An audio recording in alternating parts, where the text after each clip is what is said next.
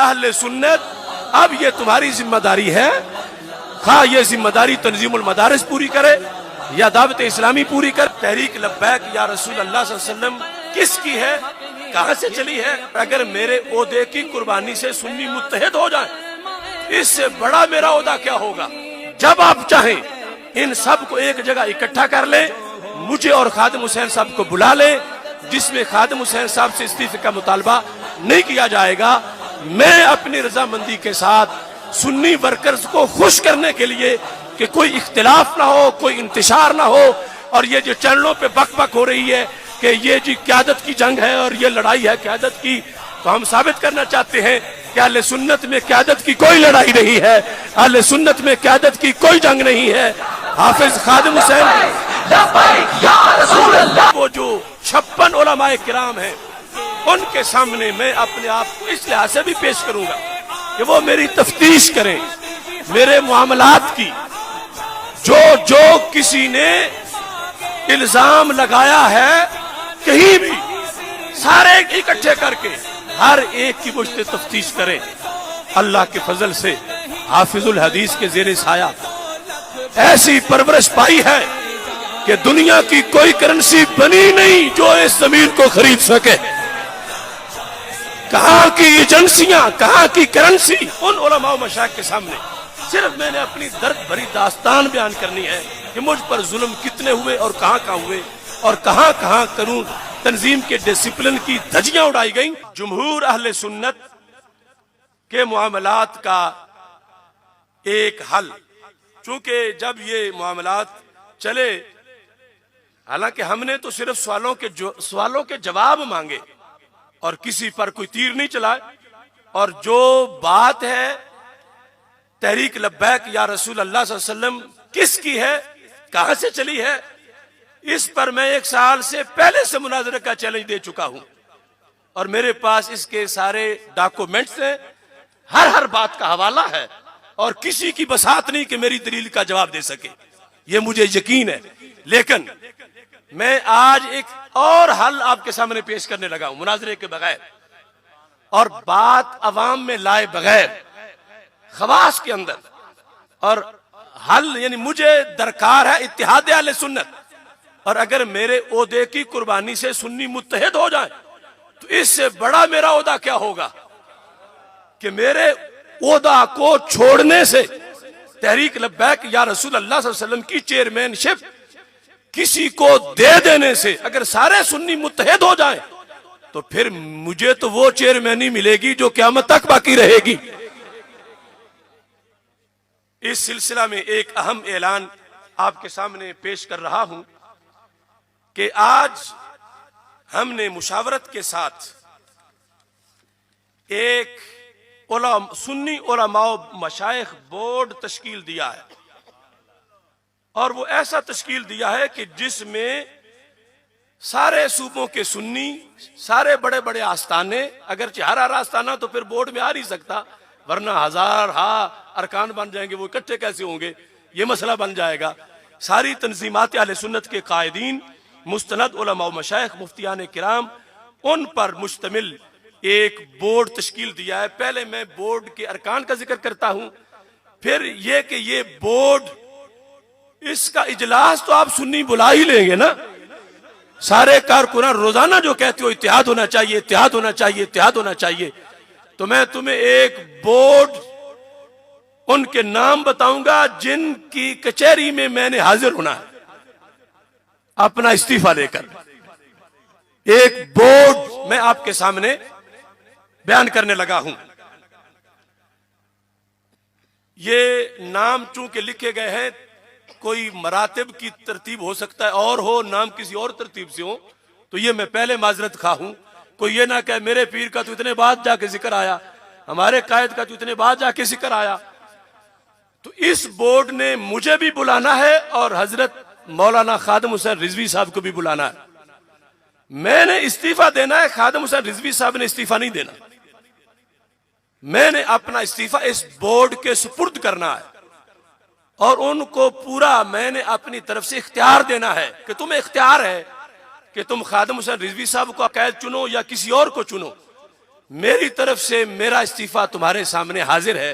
ये उन उलमा मशाइख को इजलास में मैंने कहना है, जब आपने उन सब को एक जगह इकट्ठे कर लेना है, हाल बंद हाल के अंदर उन उलमा मशाइख के सामने सिर्फ मैंने अपनी दर्द भरी दास्तान बयान करनी है कि मुझ पर जुल्म कितने हुए और कहां हुए और कहां करूं तंजीम के डिसिप्लिन की धज्जियां उड़ाई गई।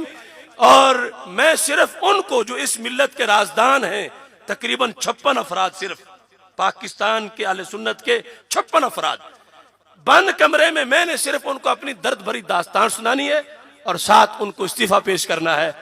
और इस्तीफा सिर्फ मैंने ओहदे से देना है।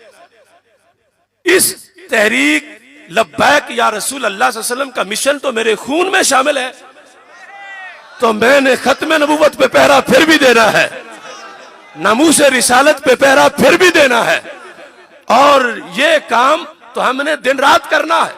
और तहरीक सिरात मुस्तकीम का प्लेटफार्म, जिसकी गोद में तहरीक लब्बैक पैदा हुई, तहरीक सिरात मुस्तकीम जिसकी गोद में तहरीक रिहाई पैदा हुई, यौम विलादत का पता है 22 मार्च 2014, मकाम रेलवे स्टेडियम लाहौर। 22 मार्च 2014 रेलवे स्टेडियम लाहौर के स्टेज पर तकरीबन 150 उलमा मशाइख पूरे मुल्क के और लाखों सुन्नी उस तहरीक सिरात मुस्तकीम के स्टेज पर इस तहरीक की गोद में तहरीक रिहाई गाजी मुमताज हुसैन कादरी ने जन्म लिया और मुझे इन लोगों ने चेयरमैन बनाया। फिर उस तहरीक रिहाई गाजी मुमताज हुसैन कादरी की गाजी साहब के खिलाफ जब सुप्रीम कोर्ट से फैसला आ गया, तो उसके बाद मेरे फोन करने पर सारी तहरीक चली। मौलाना खादिम साहब मेरे साहब मुकम्मल मुकाता में थे, मैंने पहल की कि पानी सर से गुजर गया, तो अब हम ये तहरीक चलाएं। तो पहली रैली, पहला एहतजाजी मुजाहरा गाजी साहब के खिलाफ जब केस सुप्रीम कोर्ट में फांसी की सजा, पहला मुजाहरा मेरे फोन पर खादिम हुसैन रिजवी साहब प्रेस क्लब के सामने आए और फिर सारी तहरीक उस एक फोन पे चली। और इसमें 3 हम हजरात थे जिन्होंने जामिया नईमिया में मीटिंग बुलाई। ये कायदीन भी मौजूद थे। ये तो सुप्रीम काउंसिल के रुकन है, पीर सैयद नवीदुल हसन शाह साहब और मियां वलीद साहब, ये हमारी सुप्रीम काउंसिल के रुकन है। और वो सुप्रीम काउंसिल के गाजी साहब की जिंदगी में जो आखिरी मीटिंग हुई थी तहरीक रिहाई की, उसमें भी ये हजरात मौजूद थे। तो ये जामिया नोमानिया की मीटिंग में तकरीबन 70 उलमा व मशाइख थे और मैं घर से तय करके गया था कि मैं चेयरमैन नहीं बनूंगा। तय किया था मैंने। एक बार मुझ पे बात आई, मैंने टाली, दूसरी बार आई मैंने टाली, तीसरी बार आई मैंने टाली।